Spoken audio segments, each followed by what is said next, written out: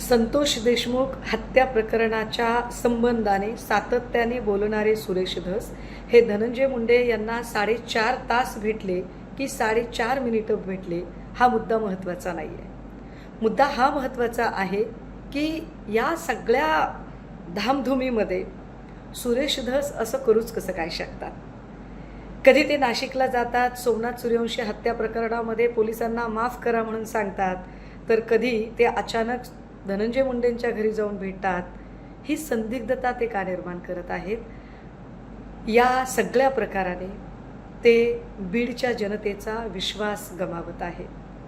आणि नुसता ते स्वतःचा वरचाच विश्वास गमावत नाहीत, तर देवेंद्र फडणवीसांची विश्वासार्हता सुद्धा यामुळे संपुष्टात येत आहे.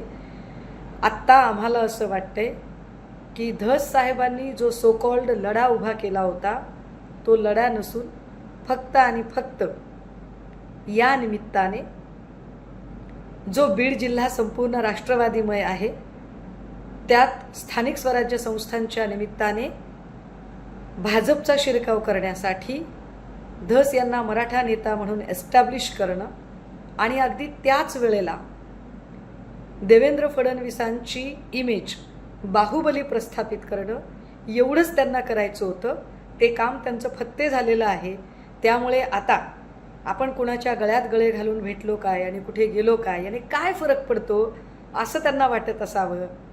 मला संतोष देशमुखांच्या कुटुंबियांच्याबद्दल जास्त वाईट वाटत आहे, ज्यांनी एवढा विश्वास धस यांच्यावर टाकला. बीडच्या सगळ्याच, फक्त मराठाच नाही, 18 पगड जातीच्या लोकांनी जो विश्वास आमदार धस यांच्यावर टाकला, आज त्यांनी तो विश्वास मातीमोल ठरवला आहे.